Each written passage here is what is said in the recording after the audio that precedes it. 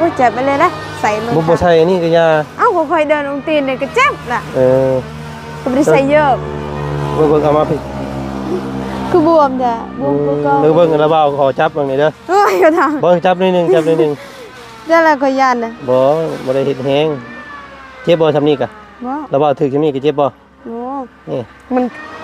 เป็นยาตัวนี้เนาะยาคานาโซน CB คานาโซน CB ยาทารักษาโรคผิวหนังที่ก็เคยย่านแหละก็บ่ย่านนี่เอาทาเลยบัดนี้ทารอบๆตุ่มมันน่ะตัวนี้ว่ะทาโอ้ยก็ตกใจเลยทาสิเลยนี่เป็นยาเป็นยังไงเนาะไมซินยาไมซินเนาะหรือว่ายา TC ไมซินบอกพี่เนาะนี่เราเบาจัดมาให้เลยมึงน้ำกินไปได้ก็ยาซองกินอันเดียวกินอันเดียวนึงกินเทอร์มิดมันใหญ่โพดนะเนาะกินมิดนึงก่อนโอ้ยเราตั้งเอาดี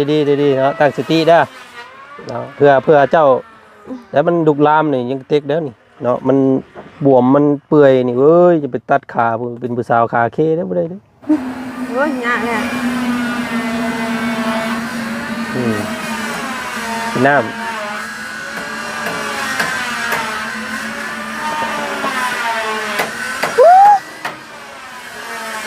ได้ละแต่ว่ามื้อนี้เนาะพี่น้องเราทางบ่อจันสิมาแจ้งเด้อแจ้งข่าวแจ้งข่าวดีเนาะพอดีมีทางพ่อใจดีเพิ่นเห็นว่างบยังบ่พอเนาะพ่อเพิ่นสมทบมาอีก6.5 ล้านเด้อเป็นพ่อใจดีจากทางฝั่งต่างประเทศเนาะเพิ่นสมทบมาอีกพ่อเพิ่นบ่ให้ออกชื่อออกเสียงเนาะส่งใส่น้องเพิ่นว่าอีก6 ล้านกับ500,000พี่น้องเลย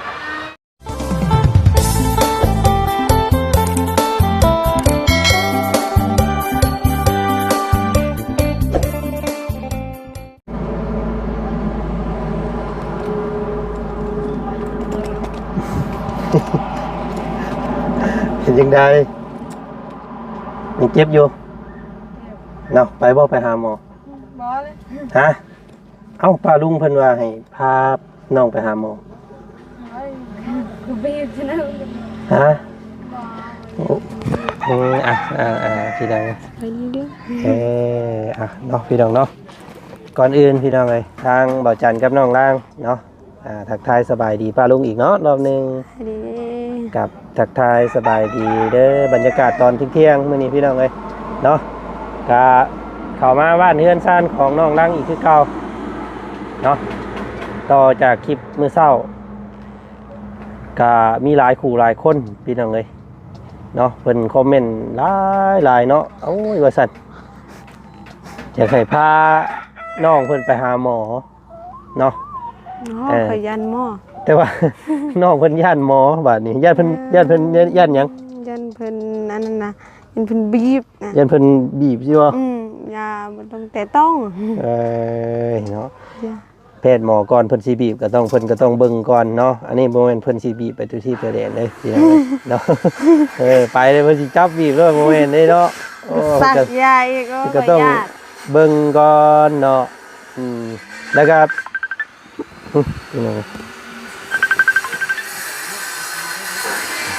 อะไรเนาะโทรมาบาดเลยเนาะ FC ฮะ FC น้องลังบ่นี่เบิ่งก่อนนะครับสายก่อนเด้อแป๊บนึงเด้อโดยเจ้ายินดีเจ้าเนาะยินดีต้อนรับเด้อโดยเจ้าโดยเนาะสบายดีเอา FC พี่น้องเอ้ย FC น้องลังเนาะ FC น้องลังเพิ่นโทรหาเนาะเป็นห่วงน้องลังเพิ่นว่าอยากให้พาน้องลังไปหาหมอ บ่ ฮะ บ่ไปหาก็ได้หมออยากจะเดินได้แล้ว เอาพี่น้องเลยเนาะน้องเพิ่นว่าบ่อยากไปหาหมอก็บ่เป็นหยังพี่น้องเลยเนาะเดี๋ยวมื้อนี้คำบ่ไปหาหมอก็ต้องเฮ็ดวิธีนี้แหละบาดนี้พี่น้องเลยเนาะป้าลุงเพิ่นอยากให้พาไปหาหมอแต่ว่าก็เบิ่งอาการน้องเพิ่นนี่ก็ยังบ่ถึงขั้นว่าไปหาแพทย์หาหมอเนาะมันก็เป็นตุ่มเป็นนี่เลยเนาะบอกอีกทีนึงอยู่ ก็ บอกกัน ตอนนี้ก็เดินได้แล้วเดินหน่อยเดียวแหละ เมื่อคืนนี้มันเป็นนี่เลยเจ้าว่าเจ้านอนบ่ได้นะ นอนบ่ได้ นอนบ่ได้เลยบ่เมื่อคืน เจ็บแล้วมันก็ มันเป็น กัด แบบยุบบ่ห้องห้อนเฮาก็มันจะอยากเฮ็ดซี่เนาะมันจะอยากรูปมันนะ เหมือนคนขยับอันแหละมันนั่นแหละ โอ้พี่น้องเอ้ยเนาะอันขอเบิ่งอีกแม่ โอ้ย เบิ่งอยู่เนาะอันเจ้าว่ามันมีอยู่หม่องนี้นำบ่ บ่ต้องก็ได้อยู่อันนี้ เอาเบิ่งเดี๋ยวอ้ายสิเบิ่งมันเป็นนักซำใดหั่นนะ บ่ต้องก็ได้อยู่บ้านนี้มันอยู่ไกลอยู่บ้านนี้เลยเด้ โอ้โอเค อุ้ยเจ็บไปเลยนะใส่ลง บ่ใช่อันนี้ก็ยา เอ้าค่อยๆเดินลงตีนเนี่ยก็เจ็บล่ะ ก็ไม่ได้ใส่เยอะ เบิ่งเอามาพี่ คือบวมจ้ะบวมก็ เบิ่งอันละเบาขอจับเบิ่งนี่เด้อ โอ้ยก็ท บ่จับนิดนึง ำได้แล้วก็ยันนะ บ่ได้เฮ็ดแฮงเจ็บบ่ซำนี้กะ บ่ ละเบาถึกซำนี้ก็เจ็บบ่ โอ้ นี่ มันคัน เออ มันคือบวมอันนี้ มันบวมพี่น้องเอ้ยบ่เป็นหยังเนาะถ้าว่าบ่ไปหาหมอกะมีแต่มื้อนี้ทางละเบาซื้อยาพี่น้องเอ้ยนี่เป็นยาตัวนี้เนาะยาคานาโซน CB คานาโซน CB ยาทารักษาโรคผิวหนังที่เกิดจากเชื้อราหรือว่ามีอาการอักเสบและมีอาการคันนี่เนาะ เดี๋ยวไม่ได้เกิดจากภายใน มันคันเนาะเม่นบ่คันบ่โอเคนี่เอาเนาะนี่เป็นยาดอดน้อยๆแบบนี้พี่น้องเอ้ยนะหรือว่าสิเป็นแพทย์มือหนึงพี่น้องเป็นหมอมือหนึงนี่มือจ้ามา ก็เคยย่านแหละก็ โดยย่านนี่เอาทาเลยบัดนี้ทารอบๆตุ่มมันน่ะ ที่นี่วะ ทา โอ้ยก็ตกใจเลย ทาสิเลย นี่ เออ ตีนคอยก็เป็นแบบนี้ โอเคแล้วก็เดี๋ยวเจ้าอันนี้เอาไปท่าเองเจ้าเด้ออยู่อันน่ะตรงขาเจ้าเด้อมันฮอดอันตรงเข้าพี่บ่ จะได้ มันอยู่โบหัวเข้านี่บ่ อยู่บนนี้ อยู่พี่จากชั้นเจ้าไปท่าเองเจ้าอันนี้เด้อ คือใจก็ได้ โอเค เดี๋ยวคนจนใจเรา โอเค บอกปกติ โอเครูปบางๆรูป มันสีแดง ทาเลยโอ ๆ เค เท่านี้ก่อนก็ได้เนาะ เนี่ยทำนั่นก็ได้แล้วเนาะและตัวนี้เป็นยาเป็นอะไรเนาะไมซินยาไมซินเนาะหรือว่ายา TC ไมซินบอกพี่น้องเลยเนาะทาง FC เพิ่นบอกมาหลาย TC ไมซินนั่นว่า500พี่น้องเลยเนาะเพิ่นว่าให้กินเม็ดนึงเด้อเม็ดนึงนี่เดี๋ยวเบาสิเป็นแพทย์ได้มื้อนี้บ่กินบ่ได้เด้เนาะ มันใหญ่โพด แล้วก็ตัวนี้เป็นยาต้านเชื้อเนาะกินเพื่อบ่ให้มันลุกลามบ่ให้มันมีอักเสบเนาะเม็ดนึงคือกันนี่กินแค่2เม็ดนึงเนาะ 2 เม็ดกินเดียวเลย แล้วก็อันนี้เนี่ยมันสิเป็นท่ออาการบวมอาการไข้เนาะเป็นยาต้านเชื้อคือกันนั่นแหละแต่ว่าตัวนี้เป็นยาแก้ปวดเนาะพี่น้องเอ้ยมันอยากปวดยุบบ่ตัวเดืองๆนี่เป็นยาแก้ปวดขอโทษว่าเมื่อกี้นี้ผิดพี่น้องเป็นยาแก้ปวดเนาะมันเจ็บมันยังไงนะแบบมันยุบนะมันสิบ่เจ็บเด้อนี่เราเบาจัดมาให้เลยมึงน้ำ กินบ่ได้ เอายา ยาซองกินอันเดียว กินอันเดียวนึงกินเทอละเม็ด มันใหญ่โพดนะเนาะ กินเม็ดนึงก่อน ไปอันนั่นแหละ กินนะบ่เป็นหยัง ติดคอได้ โอ้ยนอนเนี่ยบ่ติดดอกเฮ็ดคือเฮาอื่นเจ้าเคยกินบ่ในมะข้อมาก มาแล้วก็ใหญ่นะคอยจะกัดวัคซีนคอยบริเกณฑ์คอยไปกูด จะได้บ่ คอยสิวัคซีน ลองเบิ่ง คอยสิเงี้ยคอยสิกัดนี่เลย บ่กัดอื่นเลยบ่ต้องเคี่ยว แนวใหญ่ๆไป เอาเลยเอาสิบ่แนมเอา วันนี้คอยก็บ่อ้ายแต่ว่าเม็ดนี่มันใหญ่ อย่ามันใหญ่ เด้อ เฮ็ดทิ่มกึกเข้าไปแล้วก็เอาน้ำปึ๊บแล้วก็อื่นเลยเนาะบาทเดียว โอเค โอ้มัน เราตั้งเอาดีเนาะตั้งสติได้เนาะเพื่อเจ้าแล้วมันดุกลามนี่ยังเต็กเด้อนี่เนาะมันบวมมันเปื่อยนี่เอ้ยจะไปตัดขาเป็นผู้สาวขาเคได้บ่ได้เด้เนาะบ่มีผู้เอาเด้ผู้สาวขาเค ตัดพยันผ่าตัดสัน เอาเลือกเอากินยาซำนี้กับผ่าตัดที่เอาไหน เอากินยาเลยเนาะให้สิผ่าตัดได้ เอาเนาะ กินก็กินละ ครับจิ้มเราเข้าเลือกๆเลย โอ้ยยาเนี่ย กินน้ำ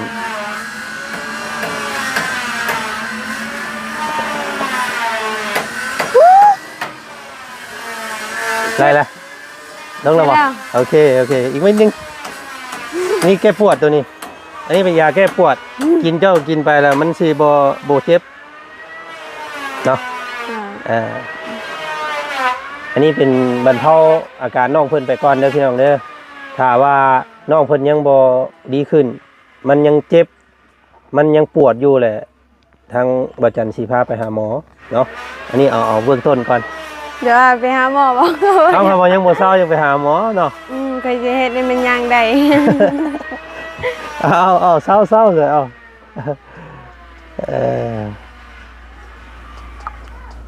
กินเลย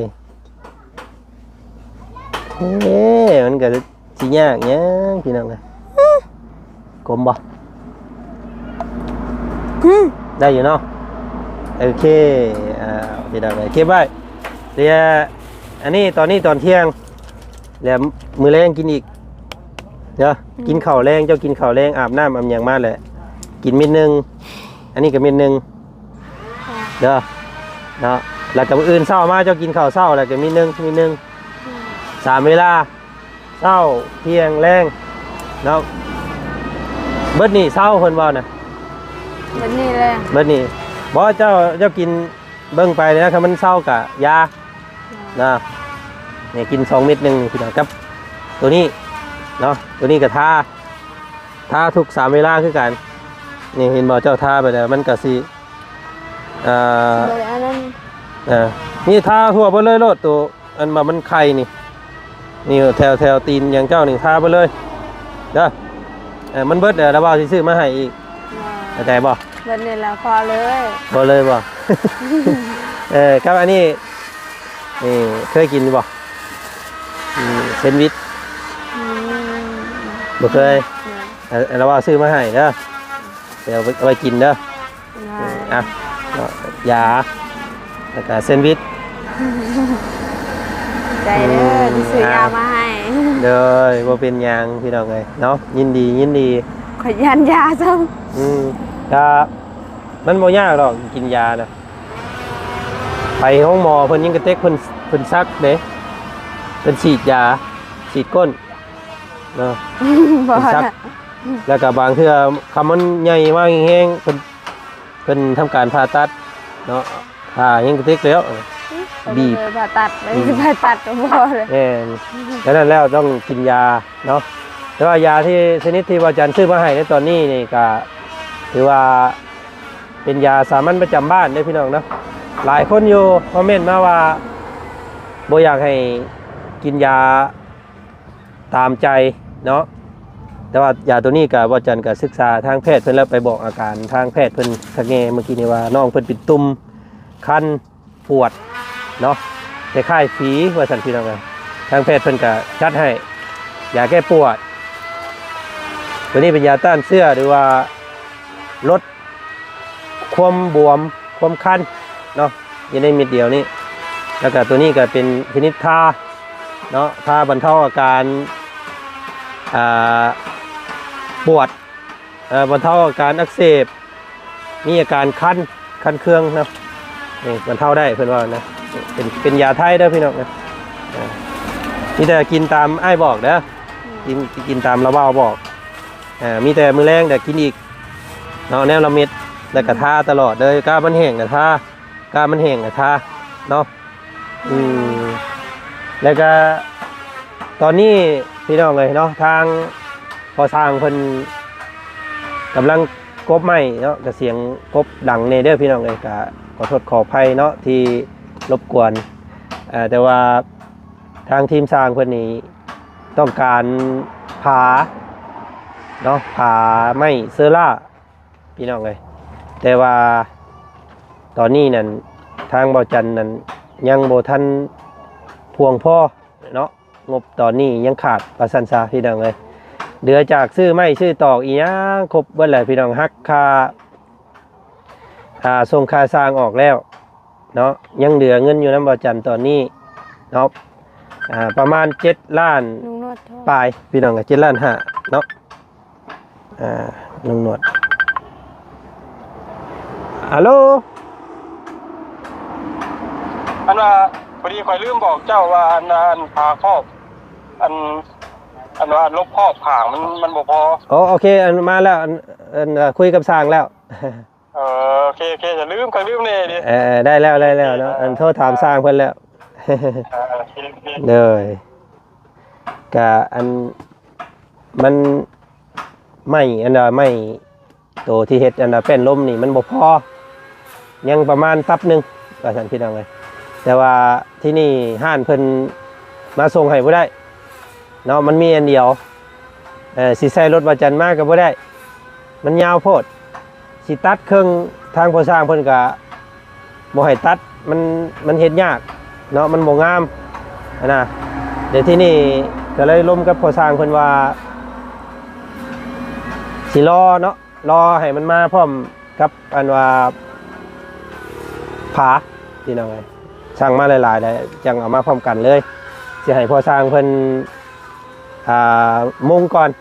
เนาะให้พอสร้างเพิ่นมุงสังกะสีก่อนยังใส่ลบน้ำหลังเนาะก็ได้อยู่พอสร้างว่านะพี่น้องเลยแต่ว่ามื้อนี้เนาะพี่น้องเราทางบ่อจันสิมาแจ้งเด้อแจ้งข่าวแจ้งข่าวดีเนาะพอดีมีทางพอใจดีเพิ่นเห็นว่างบยังบ่พอเนาะพอเพิ่นสมทบมาอีก6 ล้าน 5เด้อเป็นพ่อใจดีจากทางฝั่งต่างประเทศเนาะเพิ่นสมทบมาอีกพอเพิ่นบ่ให้ออกซื้อออกเสียงเนาะตรงใส่น้องเพิ่นว่าอีก6 ล้านกับ5 แสนพี่น้องเลยพอดีเดืองบทั้งหมดทั้งมวลในตอนนี้นั่นหักค่าส่งค่าสร้างออกแล้วยังเหลืออยู่8 ล้านเนาะ8 ล้านกีบแต่ว่ายังบ่พองบในการซื้อผ้านี่ประมาณ12-13 ล้านนะพี่น้องก็เลยบ่พอซ้ำเนาะทีนี้ก็เลยต้องรอก่อนนะเนาะหรือว่าสิสั่งมาก่อนบ่พี่น้องเนาะยังขาดอยู่ตอนนี้มี8แต่ยังประมาณ5เนาะ5 ล้าน 6 ล้านนี่แหละพี่น้องยังขาดอยู่ตอนนี้นะเอาจังใดก็ขอบใจทางพอใจดีเนาะขอบใจเพิ่นแน่เพิ่นสมทบมาอีกเด้อนี่พอใจดีเสียงจักมันมี2 จักอย่าดอกเนาะเว้าโลดเนาะมันคิดจะว่าไว้ย่านะว่าบ่ถึกขอบใจเด้อพอใจดีที่สมทบในลูกพอสมทบลูกทบในลูกได้สำนีคอยพอได้หลายๆกว่านี้อีกเลยขออยู่ดีมีแรงเยอะสาธุเนาะเอาพี่น้องเลยจะมีแต่ให้น้องเพิ่นกินถือกินยาพังอาการเบื้องต้น แต่คำว่ามันบ่ดีขึ้นจังไปหาหมอเนาะเด้อ เธอปฏิเสธได้ นะ เธอปฏิเสธได้ ปฏิเสธเลยบ่ไปถ้าบ่ไปได้เศร้าเด้อ นะ ถ้าบ่ไปได้เศร้าเนาะกินยาถ้าบ่ไปเลยต้องกินยาให้มันเบิด กินยาแบบง่ายๆหน่อยนึง เนาะคันไปหาหมอระยะเพิ่นบีบเนาะ เลยเพิ่นบีบเลยเขียนใส่ห้องอะ ครับช่วงนี้มันเป็นช่วงหน้าฝนพี่น้องเอ้ยหน้าฝนหนึ่งมาน้องเพิ่นนอนอยู่ใกล้งัวเพราะว่าเชื้อโรคตัวนี้มันมานำพวกแมลงไหม้เนาะพวกน้ำหินน้ำยุงน้ำแมงวันฉะนั้นแล้วเราต้องทำความสะอาดในห้องน้ำเด้อบ่ให้แมงวันตอมบ่ให้แมงวันอันนั้นเราต้องปัดต้องเคลียร์ตลอดเด้อเนาะส่วนอันน่ะปลั๊กไฟน้ำที่อยู่อันน่ะใดหันเดี๋ยวว่าจันทร์สิซื้อมาเปลี่ยนให้เนาะอยู่หันมันใช้หลายคนโพดงับขึ้นงับลงเลยนะมันเลยเพไว้เดี๋ยวว่าจันทร์สิซื้อมาให้เนาะเอาพังเมืองอาการเจ้าไข้เน่แล้วเราว่าสิพาไปเที่ยว เที่ยวอยู่ไส้ กับน้องพิงเที่ยวอยู่เซโปนเนาะทั้งอีกคำว่าช่วงบ่ายเจ้าดีขึ้นเดี๋ยวจังไปเนาะโอเคพี่น้องเนาะมีแต่มื้อนี้ทางอ้ายซื้อยามาให้เนาะแล้วก็มาแจ้งข่าวดีมื้อนี้พี่น้องเลยมียอดสมทบงบในการเฮ็ดเฮือนน้องเพิ่นนี่แหละมาเพิ่มอีก6.5 ล้านเนาะเท่ากับว่าตอนนี้ก็มีอยู่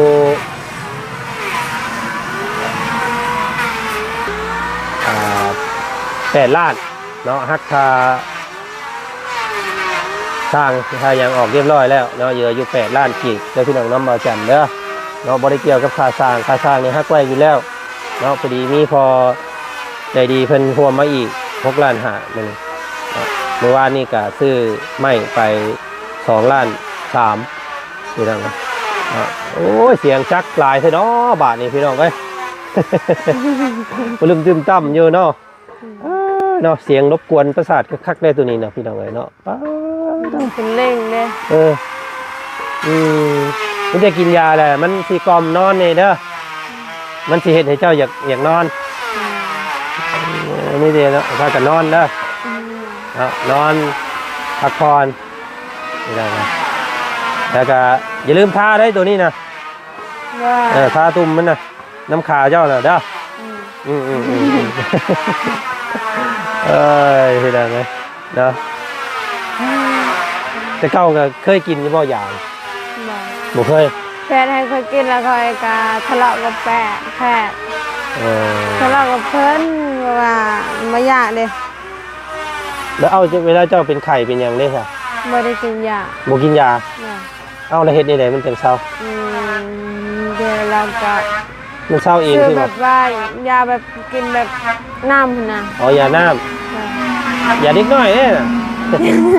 ถ้าค่อยบอกกากินเด้เนาะอันนี้ยาผู้ใหญ่นี่แพทย์ว่าสักนะไปเตะค่ะทะเลาะกับแพทย์มื้อนั้นยังหัวเขตาน่ะทะเลาะกับแพทย์แล้วก็มันตีกันหลับแม่เขาก็เลยแบบว่าแพทย์ก็เลยให้แม่พอตั้งแต่น้อยเนี่ยก็เลยบูอย่างนะทะเลาะกับเพิ่นแต่เพิ่นก็บ่ได้ว่าบ่ค่อยได้กินเนาะบ่ค่อยได้กินยาก็เลยย่านมิดมันใหญ่แล้วก็เป็นได้เมื่อได้กินแล้วมันยากบ่แน่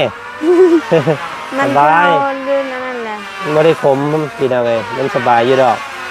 เนาะมีแต่เจ้าทำมาอีกแล้วกินอีกเด้อเดี๋ยวเราเบาสิมาเบิ่งอะไรได้กินโอเคที่นั่นไงเนาะมีแต่พักผ่อนบ่ห้อยย่างไปหลายเนาะแต่ข้ามันเป็นตุ่มผีที่นั่นไงมีกินยาแก้อักเสบแล้วก็ตามเสื้อเนาะตาขาเสื้อนอนพักผ่อนเบื้องก่อนพี่น้องเลยเนาะจังใดก็เดี๋ยวสิมาอัปเดตอาการน้องเพิ่นให้พี่ให้น้องเบิ่งส้มอีกเติมเนาะคลิปนี้ทั้งอ้ายขอตัวกันเด้อเสด็จสบายดีสบายดีไปทั้งอื่นต่อก่อนเดี๋ยวสิวนมาเบิ่งอาการเจ้าใหม่ถ้ายังบ่เศร้าสิพาไปหาหมอเด้อ เนาะเอามาเอาไปมาพี่น้องเนาะโอเครอเสียงดังลุกกุ๊กกว่าอยู่พี่น้องเลยเนาะทีมสร้างมันกำลังเฮ็ดไม้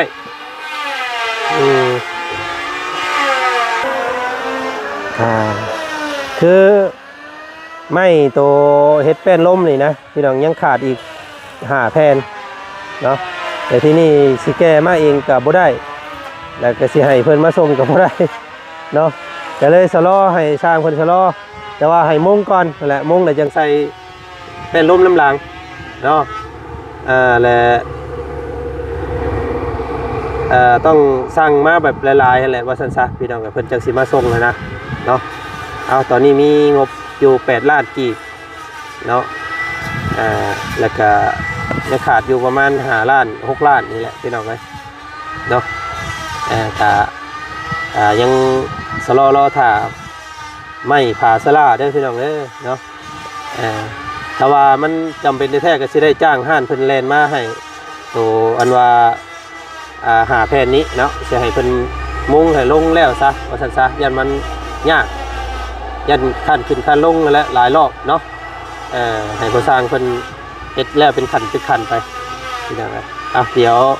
ไปล้มทางห้านเพิ่นก่อนเนาะอย่างไรเดี๋ยวติดตามมึงได้สักพี่น้องเลยเนาะคลิปนี้บ่ได้ไปทักทายสร้างเพราะว่าสร้างเพิ่นบุกเวียกอยู่พี่น้องเลยมันเสียงดังเนาะเสียงดังรบกวนปุ๊บจวดจ้าดอยู่พี่น้องเลยก็เลยยันปลาลุงเพิ่นรำคาญเสียงเนาะเห็นบ่กะหลายคู่หลายคนเพิ่นว่าผีรวยเนาะมันสิมาพร้อมโชคพร้อมลาภว่าซั่นเนาะคำโบราณเพิ่นว่านะเมื่อก่อนคนโบราณเพิ่นสิมักว่าผีตื่นเข้าผีตื่นน้ำเนาะอันนี้ผีตื่นบ้านใหม่ เป็นอะไรผีตื่นบ้านใหม่ผีตื่นสิ่งใหม่ๆที่จะเข้ามาว่าซั่นซะเนาะน้องเพิ่นก็เลยเป็นผีในแข่งป้า3-4 ตุ่มหลายผีแท้เนาะพี่น้องเนาะเพิ่นอยากมาอยู่นำบ่เนาะจังได๋ก็ติดตามเด้อพี่น้องเด้อเนาะคลิปหน้าเอาคลิปนี้ขอบพระคุณพ่อใจบุญพ่อใจดีเนาะจาก USA พี่น้องเนาะเพิ่นร่วมมาอีก6 ล้าน 5เนาะขอบพระคุณเด้อพ่อเด้อเนาะให้พ่อจงอยู่ดีมีแฮงจงมีความสุขความเจริญเนาะสุขกายสบายใจท่านมาสำใดก็ขอให้ไหลขึ้นเนาะ100 เท่าพันเท่าเด้อเนาะสาธุพี่น้องเนาะคลิปนี้ทางอาจารย์ขอตัวก่อนพบพ่อกันอีกคลิปหน้าคลิปนี้ขอกล่าวคำว่าสบายดีพี่น้องเนาะไป